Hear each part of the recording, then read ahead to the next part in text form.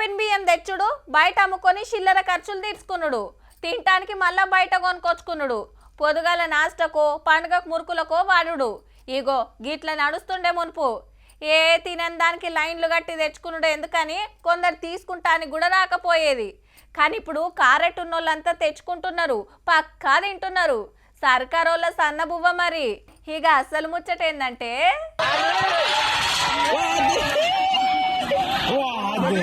Project గేట్లు ఎత్తితే వరద నూకొచ్చినట్టే ఉన్నది. పోన్రే హోగల నొగలు నూకేసుకుంటా ఉరుకుడే ఉరుకుడు. కొందరు అటు పోయి లైన్ కడితే కొందరు ఇటు పోతున్నారు. చిన్నలు పెద్దలు ఆడోళ్ళు మొగళ్ళు అందరు పోటీ వాడుడే. హగోగి తమ్ముడు చెప్పులు ఎడను వాడిపోయి వెనక పట్టు పట్టిండు. అందరు ఒకటే పారు ఉరుకొచ్చే వరకు అడ్డం పడితే కొందరికి దెబ్బలు తాకినాయి. ఇంతకు దేనికోసం అంటారా? చేతుల చూడండి కోపిన్ కారట్లు. ఛత్తీస్గఢ్ రాష్ట్రంలో 3 నెలల రేషన్ బియ్యం కోసం గీ తిప్పలాన్ని ఆనకాలం తిప్పల కావద్దని దేశమంతట ఒకటే పారి 3 నెలల బియ్యం పోస్తున్నారు కదా. 3 మాటల ఇల్ముద్రాలు తీసుకొని బియ్యం జోకిచ్చే వరకు మస్తు ఆలస్యం అవుతుందంట. మళ్ళా సర్వాలు సతాయిస్తుండే వరకు అదో తిప్పాలు.